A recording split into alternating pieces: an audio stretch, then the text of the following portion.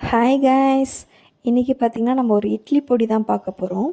So இதுக்கு பார்த்திங்கன்னா நம்ம இட்லி பொடி அரைக்கிறதுக்கு நார்மலாக பருப்பு சேர்க்குறத விட இது கூட பார்த்திங்கன்னா நிறைய கருவேப்பிலை, எள்ளு இதெல்லாம் சேர்த்து அரைக்க போகிறோம். அந்த மாதிரி அரைக்கிறோம் அப்படின்னா உங்களுக்கு டேஸ்ட்டும் நல்லாயிருக்கும். கருவேப்பிலலாம் நம்ம நார்மலாகவே எடுத்து தூர போட்டுருவோம் இல்லையா? ஸோ இந்த மாதிரி பொடியில் சேர்த்து அரைச்சிங்க அப்படின்னா நம்ம ஈஸியாக இன்டேக்கும் எடுத்துக்கலாம். ஸோ நான் இந்த கப்பு தான் எடுத்திருக்கேன் மெஷர்மெண்ட்டுக்கு. அந்த கப்பில் பார்த்திங்கன்னா ஆல்ரெடி ஒரு கப்பு கடலைப்பருப்பும் ஒரு கப்பு பார்த்திங்கன்னா உளுத்தம்பருப்பும் சேர்த்துருக்கேன். சேர்த்து நல்லா ஃப்ளேம் வந்து லோவாக வச்சுக்கணும். லோவாக வச்சுட்டு நல்ல டைம் எடுத்து வறுக்கணும்.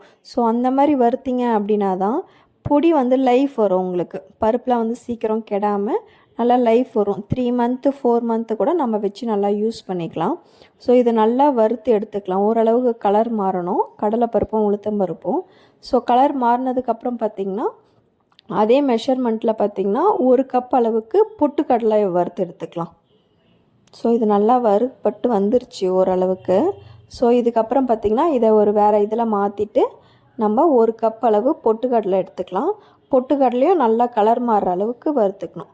அதுக்கப்புறம் காரத்துக்கு பார்த்திங்கன்னா நான் ஒரு 40லேருந்து 45 காஞ்ச மிளகா எடுத்திருக்கேன். அதுவும் நல்லா ஃபுல் ஃப்ளேமில் வச்சு நல்லா வறுத்துக்கோங்க.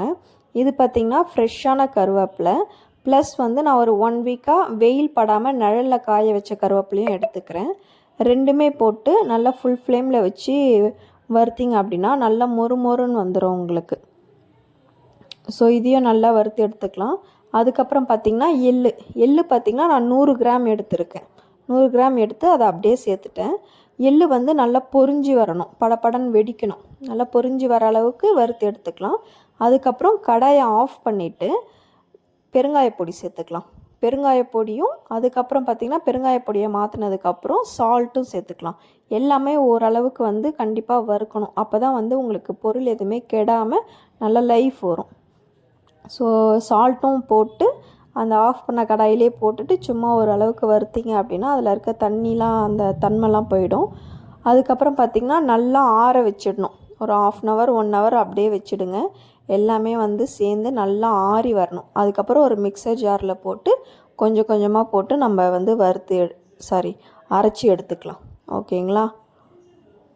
ஸோ இப்போ பார்த்திங்கன்னா நல்லா அரைச்சி எடுத்தாச்சு. இந்த அளவுக்கு நமக்கு கிடச்சிருச்சு.